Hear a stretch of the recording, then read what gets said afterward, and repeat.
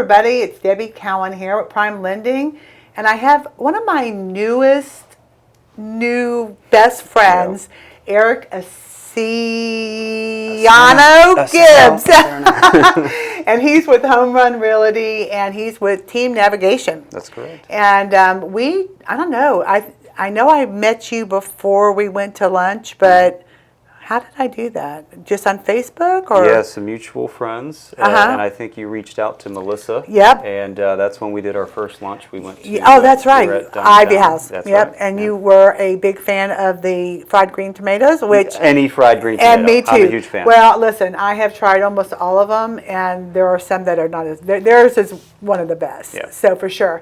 And that's when I learned a little bit about you, and left there thinking, I don't know, is he a nice guy? Is he not a nice guy? But actually, he's a great guy. You found out that I'm actually worse. I actually found out that, I don't even know why you're here, actually. Yeah, so I gotta go. How did I get this going? But no, I've been wanting to do this for a while. And so what the whole purpose of this video is, it's all about you, Eric, just the way you like it. Awesome. So it's all about letting people know, we know you're in real estate, but it's kind of a community opportunity for people in the community, not just to know you as a real estate agent, but also a little bit about your background with real estate, but also who you really are. And they'll make a decision whether they like you or not after I'm done. No, I'm just kidding. So tell me, we'll get to real estate first.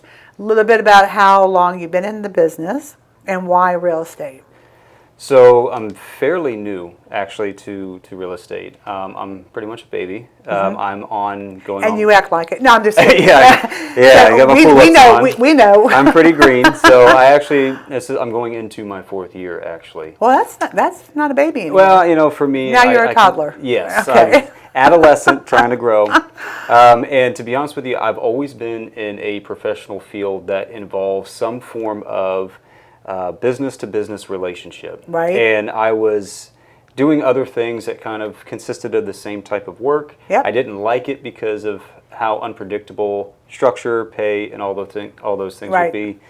Fortunately for me, I had a personal relationship with the team lead of Team Navigation prior. And who is that? That would be Joshua Smith. Okay. And we discussed some things, and I took a chance on myself and decided to give real estate a shot. And as of right now, it's put a roof on my head and food on the table. So it's a success story. I would like to think so, but for me, I have certain things that I have to accomplish before I consider it a success. So, And what is that? I need to be able to maintain a certain amount of work. I need to be able to perform and provide a certain amount of numbers in my head. I'm a numbers guy. Yeah, me too. So for me, I think it's just a constant work in progress. And when I look back, I can say whether or not it was successful. Well, here's my take on that, because I'm a numbers person too, and it's always about, what you did last month doesn't count anymore, because you're always building that pipeline, Right. and you have to always be grinding it's great to have a great month and sit there and go, oh my gosh, it's fantastic, and then you look at an empty pipeline and you go, what now? So I've always been the same way. I know every single month, and I've done this my entire career, how many units, and if it doesn't matter what the loan size is, doesn't matter anything else, because Right. It's all about the units, because if you get the units, everything else will fall into place. So that number has always been my nut, and so I know that's what I have to do. The good thing about it is if you create that, that number in your head, whatever it has to be, you tend to always overachieve it. Because if you hit the minimum, Right. you're going to go over it. Right. So I've done that my entire career. So I know my nut every month is I have to do X amount of loans, and where they come from, how they come, one loan size is irrelevant. It's just they'll come. Right. And so the activities, and when you're new in the business, and I think the hardest thing for any one of us that are in sales and in a numbers commission type based business, it's like, okay, where is it going to come from next? Well, in this environment, if you're succeeding, and I saw that you had some good listings happen this week, so that's, it's working, right? Yeah. So the key is just to keep that momentum going and not stop. I see people on your team that are just, killing it. And it's funny, I was on a conference call a little bit before you came in today, and we were talking about, even in this environment, some people are doing great in my business, and some people are struggling big time, but it's because nobody has stepped outside their comfort zone Right. and said what worked 2 years ago is not working right now. So I'm a big component, and you've got such a fun personality. I know you're on different social media platforms too, but I'm just a firm believer you got to be out there. My regional manager has a great philosophy to be at the top of the funnel. So the more relevant you are out in the market, the more exposure you give yourself, whether it's through social media or going to events, whatever. When that buyer or when that seller has something, you're on the top of the funnel, instead of on the bottom where a lot of people are right now. Yeah. So I think you're going to do fantastic. I'm Well, not worried about I you. appreciate Yeah, that. Thank you.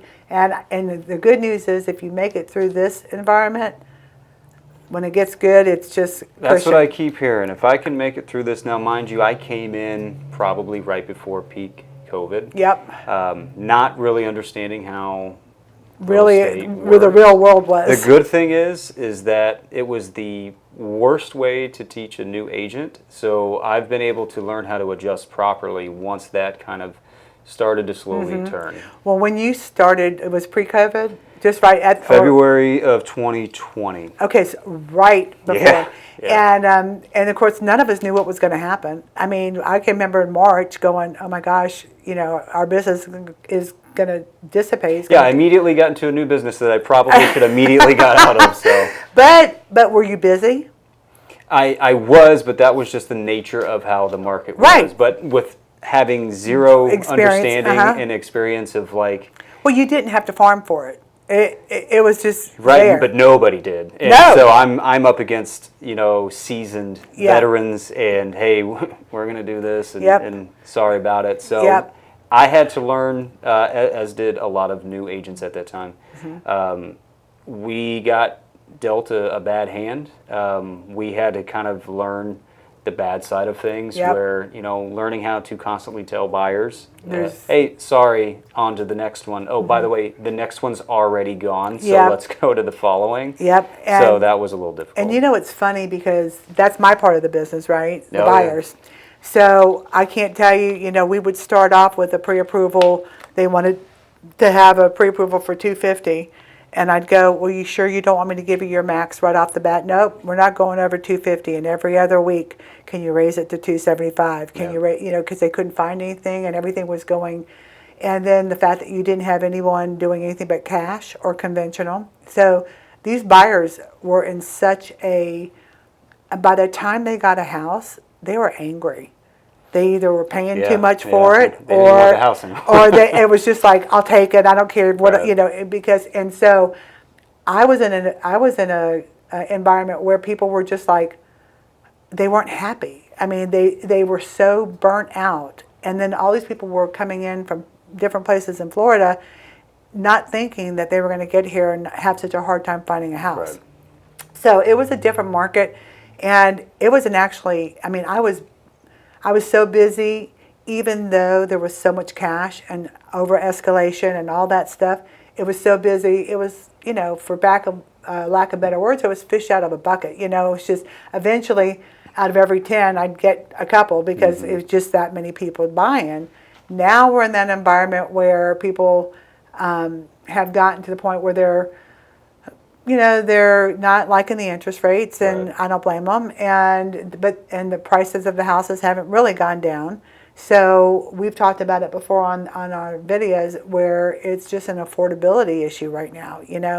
So hopefully, like I said, I was just on a call. I mean, 2024, they're anticipating it's gonna come back down. So 2024 and when it does. I mean, we're going to see a huge refi boom. Yeah, I'll one. be prepared for it then. Yeah, and so I think that hopefully, like I said, if you can make it through this time, when it's good, That's when you kind of relax a little bit, Yeah. take it easy, make a lot of money, do whatever. And then when it gets hard like this, because I'm gonna tell you right now, Eric, I think there's 60. I just heard the most recent, like 69,000 agents nationwide that have gotten out of the business. And that's not a bad thing. No. Because it was a high. But if it gets hard, people exit. Right. So, but there's still a way. I mean, I had my best month all year last month in August. And it's all about hustle. That's what it is. So, okay, so real estate, you're on a team. What made you decide to do a team versus going in by yourself? Well, again, I had a previous relationship That's right, with the yep. team lead, but I have a lot of strengths and weaknesses, and one of my weaknesses is just creativity, lack of creativity, if you will. And so being able to put myself in a position where some of those weaknesses can be well, they wouldn't be detrimental. They would be handled for me, and I could only focus on my strengths. I thought was more of a responsible decision for me. Yep. I just thought that what was provided was laid out in a way that I felt like I have a safety net, and not that I would always want to stay there. Yeah. But it provided me the comfort in, especially being new, and switching over from a full-time job where I'm on structured pay and all these things. So for me, I thought I'm already taking a risk going into this career field. And I needed something that I know that I can fall back on. And it's a good team too. Yeah. I will say, I see a lot of them out there. It's a good team too. So, so with team navigation, can you service like anywhere in?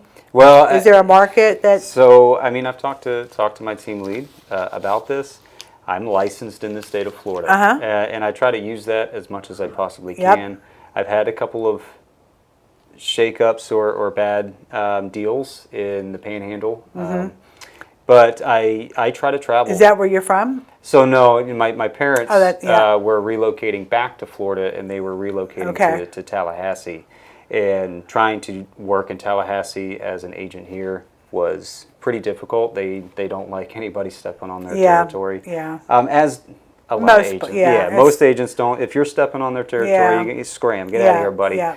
But other than that, and I'm very transparent with buyers. I'll let them know, hey, this is where I'm willing to go or what I'm willing to do. Yeah. And how far are you willing to go? So, I mean, I've gone all the way to Cedar Key, down to Tampa. I've done some stuff in Homosassa. I usually don't go anywhere east. So, like Volusia County on the East Coast, I won't go. I have, fortunately for me, I have some realtor friends that live in the Gainesville area, so if I need to refer out, I don't have to drive to Gainesville. But I know that area well. I lived there for 6 years.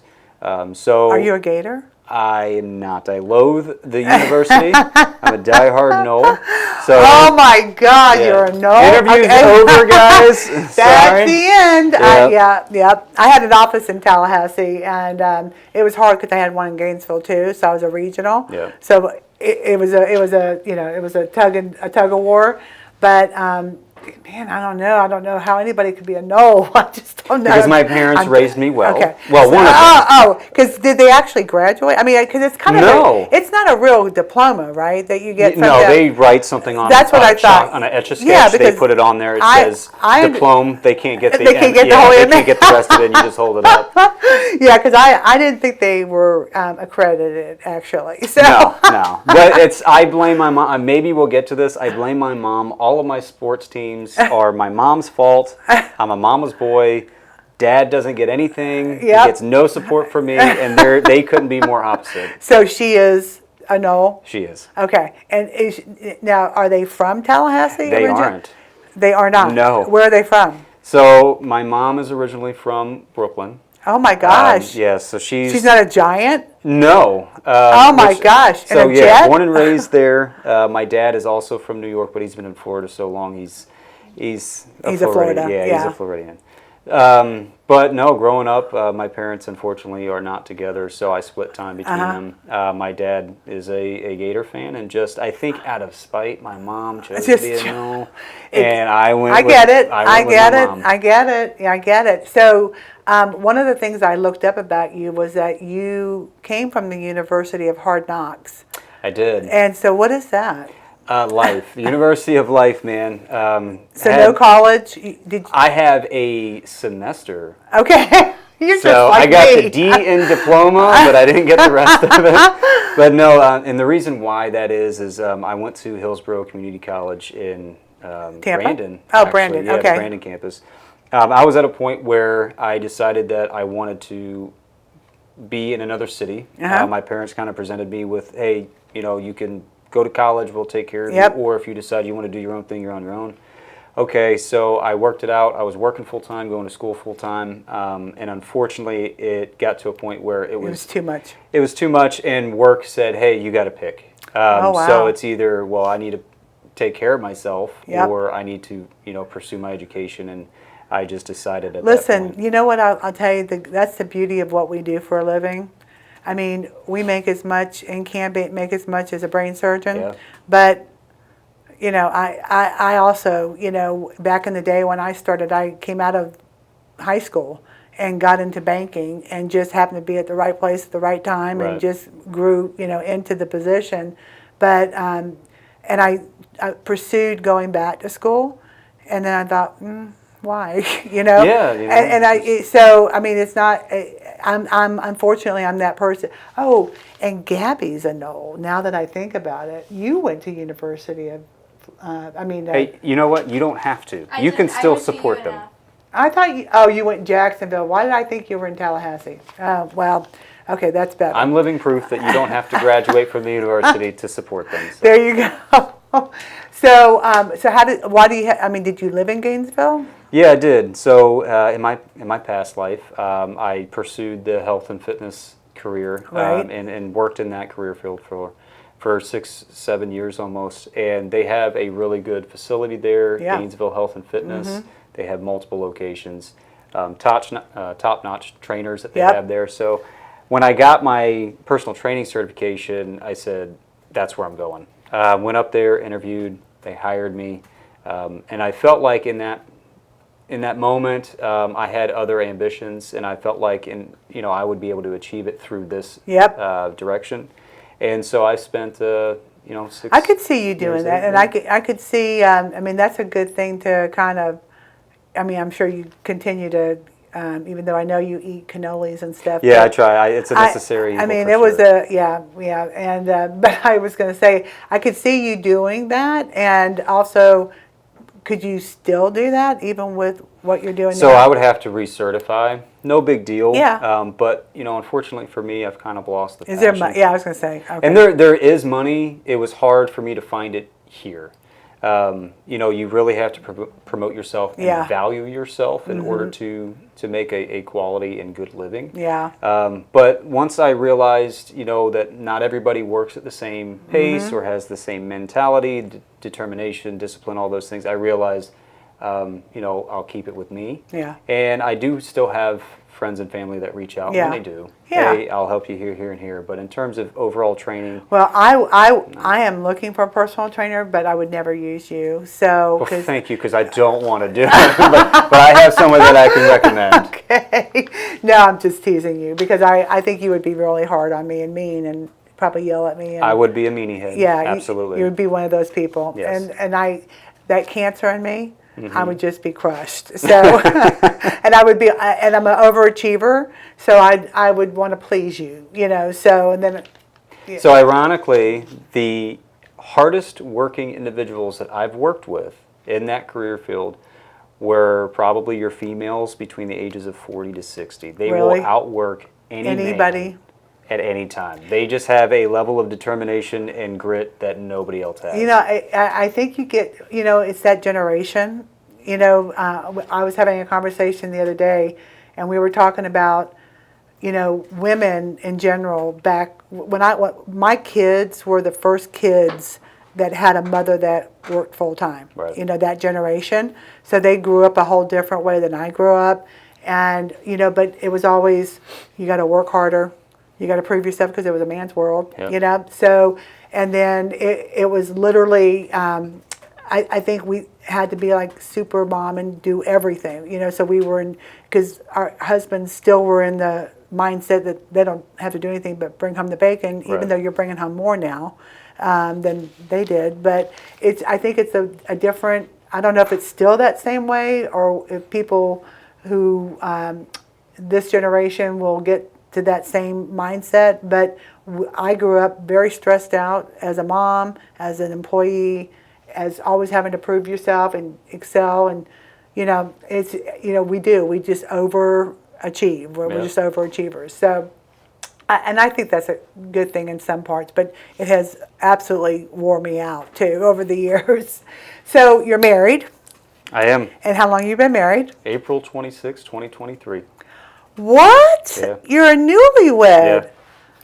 Didn't you tell me your wife hated you? Yes.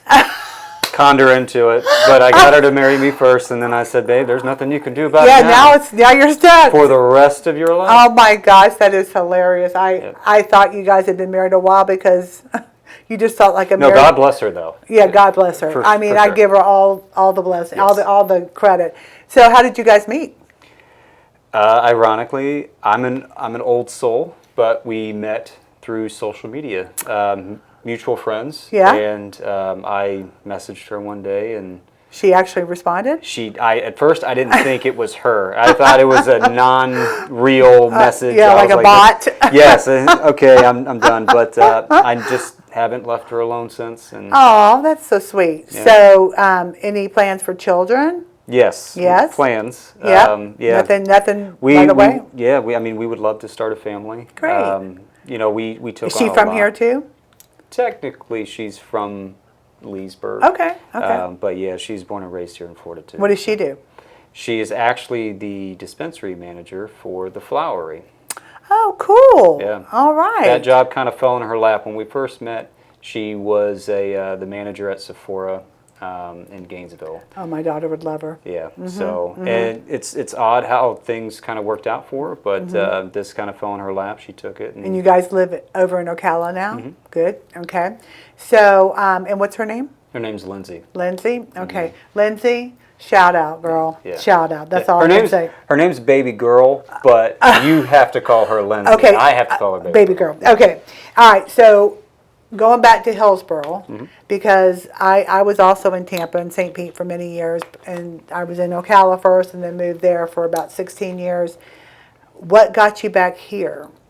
Because things didn't work out the way that I needed it to, and I guess. Did you like it there? No. Oh, you didn't like it? No, and it had mainly just because of where I was. So when you're North Tampa, you're over by the university. It's a completely different experience than you would be if you were in Hyde Park or anything like that. But no, the circumstances brought me back here. Okay. But I will tell you that when I came back, I had a different mentality. I was a bit older, much more mature than I was when I left.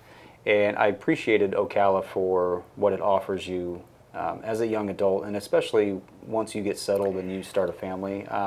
This is a place to raise your kids. I absolutely love this city. Yeah. I really do. And, it's funny you say that because when we moved to St. Pete, my daughter was in the 6th grade. My two kids are 10 years apart. My son had just graduated, and I wouldn't leave until he graduated. And then we moved there, and it was a total culture shock. Yeah. And then I can remember moving back to Ocala in 2010, and this is a true story. I was literally in a Subway while we were getting our moving van and everything. A restaurant or an actual Subway? A Subway shop, getting our sandwiches as we were getting ready to pack up to move. And I had movers there, so I was getting lunch, and I walked into the St. Pete the Subway close to my house. And I walked in there, and this is back in 2009, 2010.